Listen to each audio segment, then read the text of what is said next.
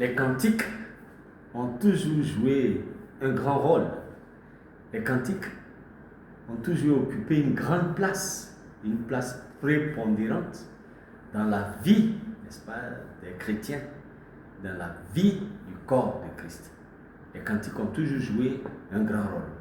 Un grand rôle, ils ont toujours joué. Oui, les cantiques ont été toujours utilisés par le Seigneur, le Dieu providentiel, donc, pour enraciner la parole de Dieu dans l'esprit. Donc les cantiques ont toujours été utilisés pour évangéliser, donc pour gagner des âmes. Donc les cantiques ont été utilisés par nos devanciers dans la foi, n'est-ce pas, pour répandre l'évangile, pour gagner des âmes à Christ. Tel a toujours été le rôle d'un cantique. Parce que le cantique, c'est la parole de Dieu qui est prêchée, c'est elle qui est chantée. Donc le cantique, c'est la parole de Dieu chantée. Elle est prêchée d'un côté et elle est chantée de l'autre côté. C'est pour cela que les cantiques ont été toujours utilisés par le Dieu providentiel ou par l'Esprit de Dieu, n'est-ce pas, pour enraciner la parole de Dieu dans l'esprit et pour proclamer, n'est-ce pas, cette parole-là à travers le monde entier et évangéliser. Donc voici, les cantiques ont toujours joué ce rôle, depuis toujours. C'est pour cela que même lorsque nous remontons plus loin, lorsque nous remontons au XVIe siècle, avec le grand réformateur Luther, Martin Luther, et puis nous venons ensuite au XVIIIe siècle, même au XVIIe siècle, avec le grand théologien et liturge Isaac Watts, donc Isaac Watts l'anglais, et nous venons encore, nous avançons avec le duo Charles et John Wesley, nous avançons encore avec des chantres ou bien même des poètes tels que Frances Abigail ou encore Frances Jane Crosby Alstein, c'est-à-dire Fanny Jane Crosby, celle qu'on connaît sous le nom de Fanny Jane Crosby. Et lorsqu'on avance encore jusqu'au John Patterson, donc tous ces grands compositeurs ou tous ces grands poètes, n'est-ce pas, ont toujours utilisé la musique, donc la louange, pour gagner des âmes à Christ. C'est pour cela que par le passé, au temps de nos devanciers dans la foi, n'est-ce pas, les cantiques, n'est-ce pas, précédaient toujours, ou le chant des cantiques en assemblée, n'est-ce pas, était l'élément même qui entraînait le réveil spirituel. C'est-à-dire que tout mouvement de réveil spirituel était ponctué par le chant des hymnes et des cantiques en assemblée. Vous voyez, imaginez-vous une assemblée de 50, 100, 200, 1000 personnes qui chantent, ou même 10 000, parce qu'il y a eu des campagnes d'évangélisation où c'est 10 000 personnes qui chantaient en chœur les cantiques. Donc, les cantiques ont toujours joué un rôle dans la propagation, dans la propagation de l'évangile, dans l'annonce de l'évangile, pour fixer, n'est-ce pas, cette vérité éternelle qu'est la parole de Dieu dans l'esprit. Et c'est pour cela que il y a toujours un parolier, il y a toujours un musicien.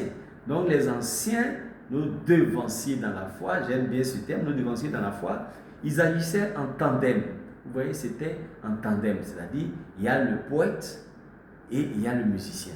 C'est pour cela que depuis le temps de Martin Luther, vous verrez, il y a eu des tandems comme Fanny Jane Crosby et William Howard Doane, ou bien Philip Paul Bliss et James McBranham, ou bien John et Charles Wesley.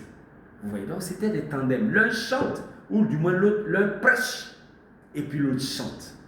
Et quand l'un prêche, l'histoire nous dit que quand le prédicateur il prêche, c'est une âme qui est gagnée. Mais quand le chantre, il chante, alors c'est 10 âmes qui sont gagnées. Vous voyez, donc la louange joue ce rôle important dans la propagation de l'évangile, parce que à la fois il y a les paroles et il y a la mélodie qui nous touche. Vous voyez, un jour j'étais dans une église et puis celui qui prêchait, il a fini sa prédication, et puis dans notre recueil Gloire à Dieu, juste après sa prédication, j'ai pris la parole et j'ai entonné un cantique. Et le cantique qui était entonné était exactement, n'est-ce pas, la prédication qui venait d'être faite. C'était le thème de la prédication. Alors j'ai situé le contexte du cantique, qu'il a écrit d'abord, pourquoi il a écrit et quel est le témoignage derrière le cantique et quelle est la portée biblique ou la portée théologique du cantique. Donc je l'ai donné. Nous avons chanté donc les 3 premières strophes et la dernière strophe, j'ai donné l'histoire du cantique, le contexte historique, le témoignage, l'origine du cantique. Et alors je vous assure, la 4e strophe, c'était toute l'assemblée qui chantait comme des anges qui chantaient parce qu'ils avaient compris ce qu'ils chantaient. Et à la fin du culte, les gens m'ont approché pour dire, mais maître, vraiment, la prédication, honnêtement, on n'a pas compris. On n'a pas compris. On n'a pas compris grand-chose. Mais avec l'histoire et le témoignage derrière le cantique que vous avez donné, on a compris. En chantant les paroles, on a compris toute la prédication. Donc voici ce que le cantique fait. C'est-à-dire le cantique va au-delà. Là où la prédication ne peut pas aller, c'est là-bas que le cantique va. Parce qu'il va au-delà de la prédication. Parce qu'il apporte la parole de Dieu sur un plateau de musique. Si j'ai pu m'exprimer ici. Donc la prédication, c'est la parole de Dieu, mais sur un plateau de musique. Voilà. Ou sur un plateau de mélodie. Voici pourquoi les cantiques jouent un grand rôle important. Et Saint Augustin, un moine du 5e siècle, du 4e siècle, pardon, il disait, et je cite, « Qui bien chante 2 fois prie. » Qui bien chante 2 fois prie. Ce n'est pas chanter ses prières des fois ou 2 fois, non. C'est qui bien chante 2 fois prie. Alors, ça qui veut dire qu'on peut bien chanter. Et si on chante bien, on prie 2 fois. Comme on peut mal chanter, et si on chante mal, alors on ne prie pas du tout. Vous voyez. Alors, qu'est-ce que c'est que bien chanter? Voilà, dans la prochaine capsule, nous allons voir ce que c'est que bien chanter.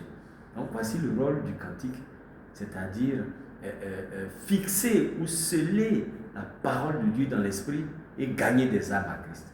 Voici le rôle de la parole de Dieu, ou du moins le rôle des cantiques. Véhiculer, n'est-ce pas, la parole de Dieu.